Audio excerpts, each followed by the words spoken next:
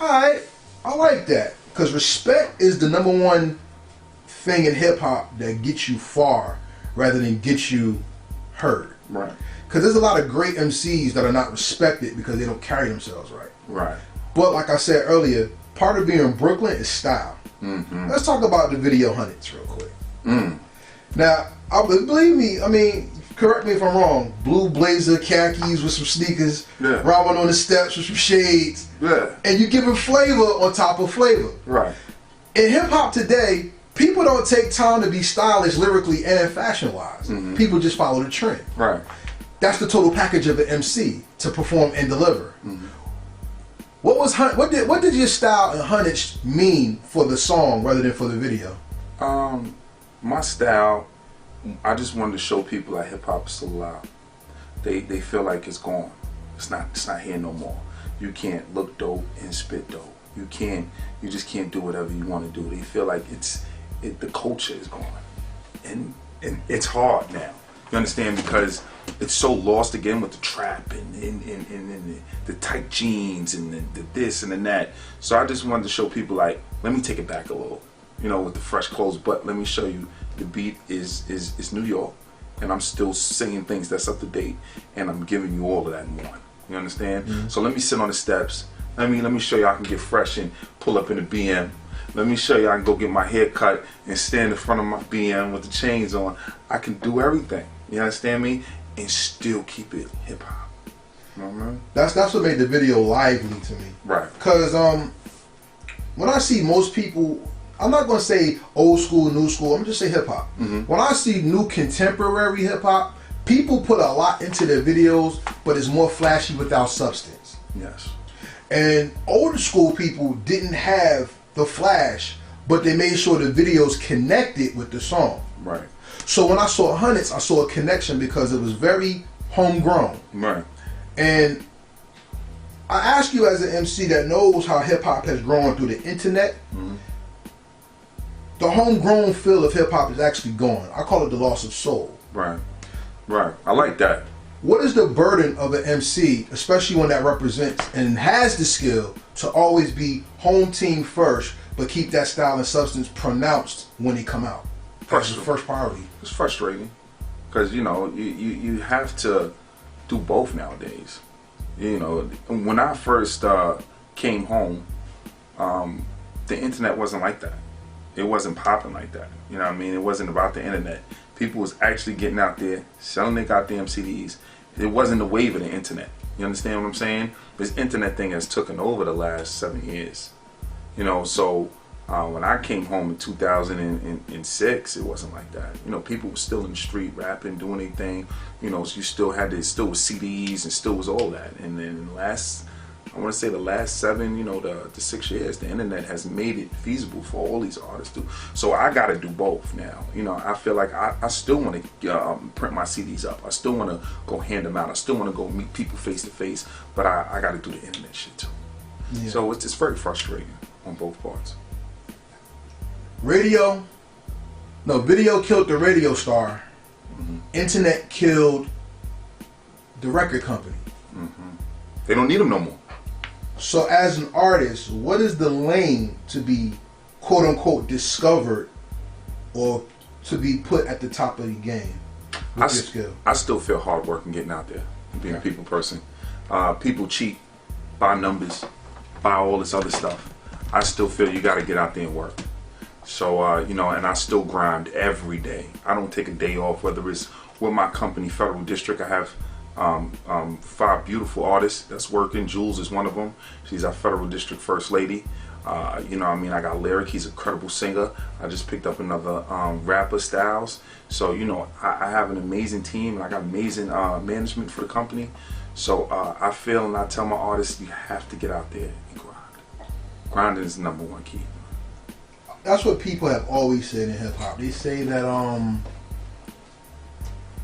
it's more work than you realize because you really have to go up and get ready for them interviews. You got to get up and get ready for them shows. You got to do your press runs and things like that. And once again, with Brooklyn being the home of the hustle, how synonymous is the street hustle to the music hustle and what you found? I feel somehow it's the same. You know what's crazy? I had a conversation the other day. I said the music hustle is harder than street hustle, and that's how I feel. How I feel is it's easy for me to go out there and make a couple $1,000, flip this, flip that, but to get on in this industry is absolutely insane. And then to have these certain people, see, when you hustling, you don't have to have people around you.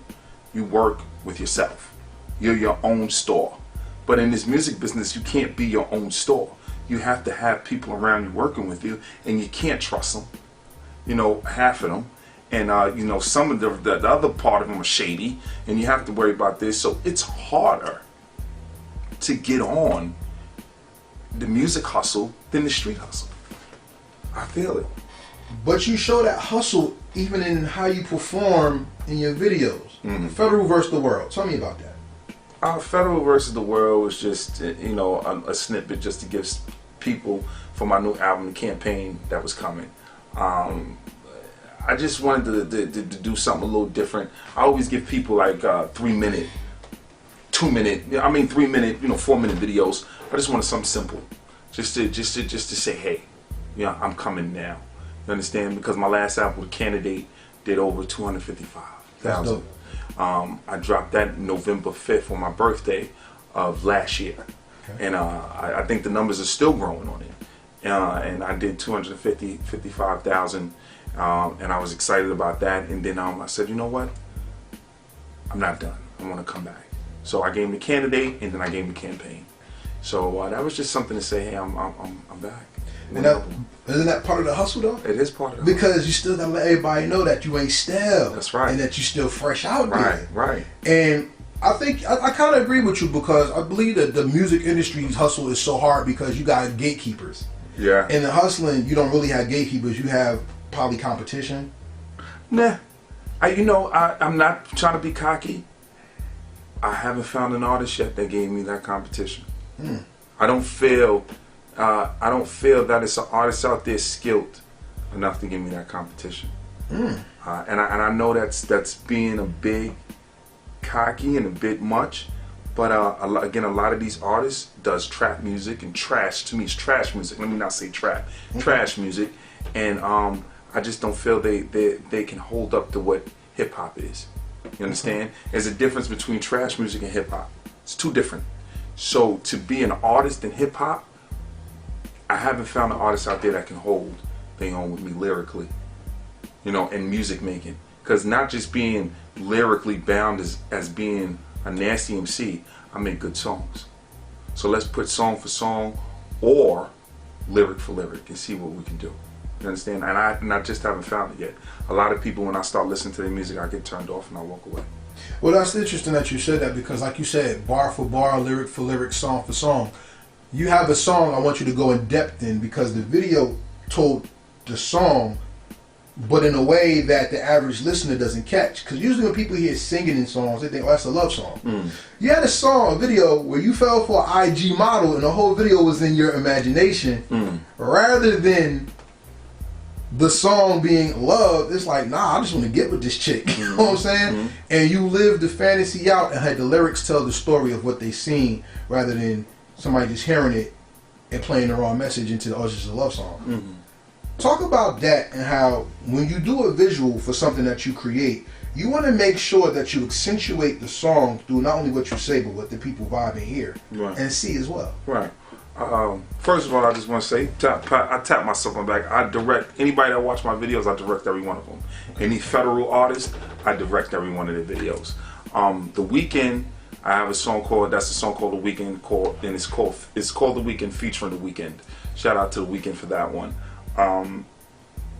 That was me looking at it like I'm so into a woman, and I've been there, so into her, giving her everything, and then she just ignores me. Then when I get tired of that, now she wants to give me her, and I don't want it anymore.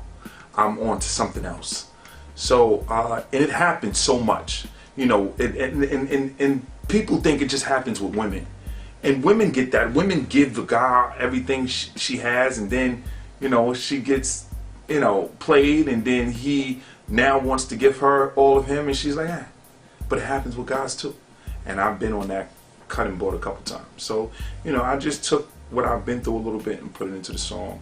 And, you know, I've daydreamed about, you know, certain situations with a woman, but it never turned out the way it was supposed to because of, you know, she thought she was Miss Diddy. And then when I got where I needed to go, hey, baby, nah, I'm good. I'm good, baby. I'm doing other things right now. You know what I mean? So, you know, it's, you know, and that the whole thing really happened. Like the me rapping it, all of that really happened. You know what I mean? So that's the thing about hip hop and music that I like, is that it's soulful expression where it doesn't have to capture just a point. Right. It can be driven.